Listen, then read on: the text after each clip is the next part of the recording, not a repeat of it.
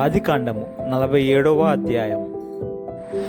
యోసేపు వెళ్ళి ఫరోను చూచి, నా తండ్రియు నా సహోదరులను వారి గొర్రెల మందలతోనూ వారి పశువులతోనూ వారికి కలిగినదంతటితోనూ కనాను దేశము నుండి వచ్చి గోషేనులోనున్నారని తెలియచేసి తన సహోదరులందరిలో 5గురిని వెంటబెట్టుకొని పోయి వారిని ఫరో సమక్షమందు ఉంచెను. ఫరో అతని సహోదరులను చూచి, మీ వృత్తి ఏమిటని అడిగినప్పుడు వారు, నీ దాసులమైన మేమును మా పూర్వీకులను గొర్రెల కాపరులమని ఫరోతో చెప్పిరి.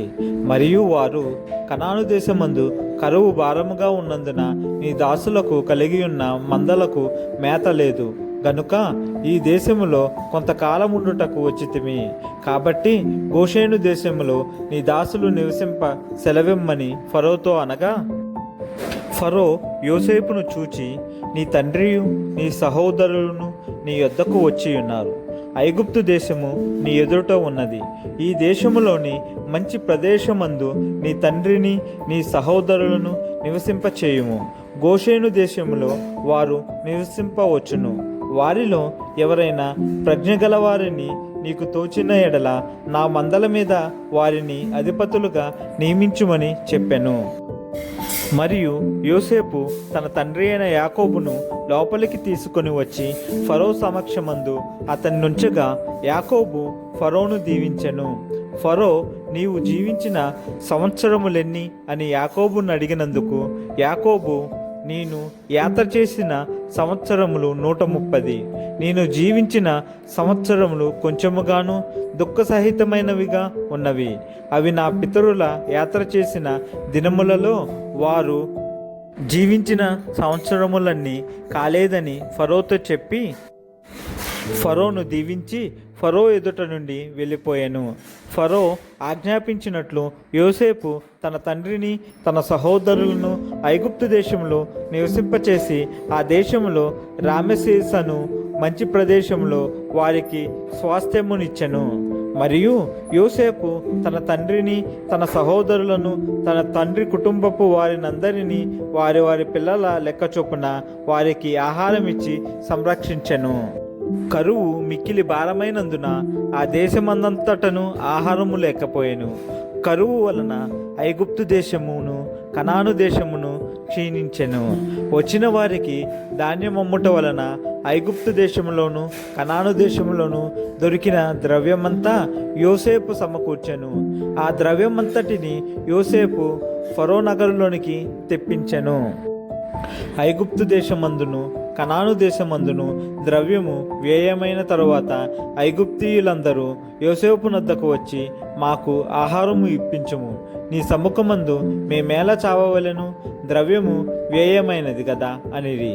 అందుకు యోసేపు, మీ పశువులను ఇయ్యుడి, ద్రవ్యము వ్యయమైపోయిన ఎడల మీ పశువులకు ప్రతిగా నేను మీకు ధాన్యమిచ్చేదనని చెప్పెను. కాబట్టి వారు తమ పశువులను యోసేపు నొద్దకు తీసుకొని వచ్చిరి. యోసేపు గుర్రములను గొర్రెల మందలను పశువుల మందలను గాడిదలను తీసుకొని వారికి ఆహారం ఇచ్చెను. ఆ సంవత్సరమందు వారి మందలన్నిటికీ ప్రతిగా అతడు వారికి ఆహారం ఇచ్చి సంరక్షించెను.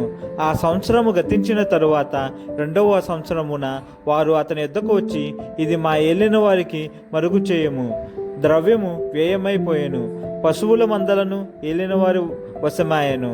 ఇప్పుడు మా దేహములను మా పొలములను తప్ప మరి ఏమీయూ ఏలిన వారి సముఖమున మిగిలి ఉండలేదు. నీ కన్నుల ఎదుట మా పొలములను మేమును నశింపనేలా ఆహారమిచ్చి మమ్మును మా పొలములను కొనుము. మా పొలములతో మేము ఫరోకు దాసులమగుదుము. మేము చావక బ్రతుకున్నట్లును పొలములు పాడైపోకుండానట్లును మాకు విత్తనములిమ్మని అడిగిరి. అట్లు యోసేపు ఐగుప్తు భూములన్నిటినీ ఫరో కొరకు కొనెను. కరువు వారికి భారమైనందున ఐగుప్తీయులందరూ తమ తమ పొలములను అమ్మివేసిరి గనుక భూమి ఫరోది ఆయను. అతడు ఐగుప్తు పొలిమేరల యొక్క ఈ చివర నుండి ఆ చివర వరకును జనులను ఓళ్ళలోనికి రప్పించెను.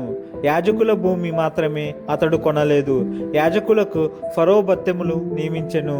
ఫరో ఇచ్చిన బత్తెముల వలన వారికి భోజనము జరిగెను కనుక వారు తమ భూములను అమ్మలేదు. యోసేపు, ఇదిగో నేడు మిమ్మును మీ భూములను ఫరో కొరకు కొనియున్నాను. ఇదిగో మీకు విత్తనములు, పొలములలో విత్తుడి. పంటలో 5వ భాగము మీరు ఫరోకు ఇయ్యవలెను. 4 భాగములు పొలములలో విత్తుటకును, మీకును మీ కుటుంబపు వారికిని ఆహారమునకును, మీ పిల్లలకు ఆహారమునకును మీవై యుండునని ప్రజలతో చెప్పగా, వారు, నీవు మమ్ము బ్రతికించితివి, ఏలిన వారి కటాక్షము మా మీద నుండనిమ్ము, ఫరోకు దాసులు మగుదుమని చెప్పిరి.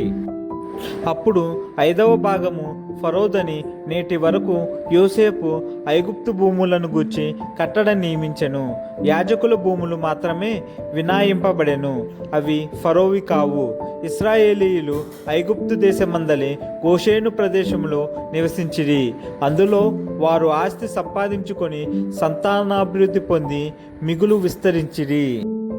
యాకోబు ఐగుప్తు దేశంలో 17 సంవత్సరములు బతికెను. యాకోబు దినములు అనగా అతడు జీవించిన సంవత్సరములు 147. ఇశ్రాయేలు చావవలసిన దినములు సమీపించినప్పుడు అతడు తన కుమారుడైన యోసేపును పిలిపించి, నా ఎడల నీకు కటాక్షమున్న ఎడల దయచేసి నీ చెయ్యి నా తొడ క్రింద ఉంచి నా ఎడల దయను నమ్మకమును కనపరచుము. ఎట్లనగా, నన్ను ఐగుప్తులో పాతిపెట్టకుము. నా పితరులతో కూడా నేను పండుకొనున్నట్లు ఐగుప్తులో నుండి నన్ను తీసుకొని పోయి వారి సమాధిలో నన్ను పాతిపెట్టుమని అతనితో చెప్పెను. అందుకతడు, నేను నీ మాట చొప్పున చేసేదనెను. మరియు అతడు నాతో ప్రమాణము చేయుమన్నప్పుడు యోసేపు అతనితో ప్రమాణము చేసెను. అప్పుడు ఇశ్రాయేలు తన మంచపు తలాపి మీద వంగి దేవునికి నమస్కారము చేసెను.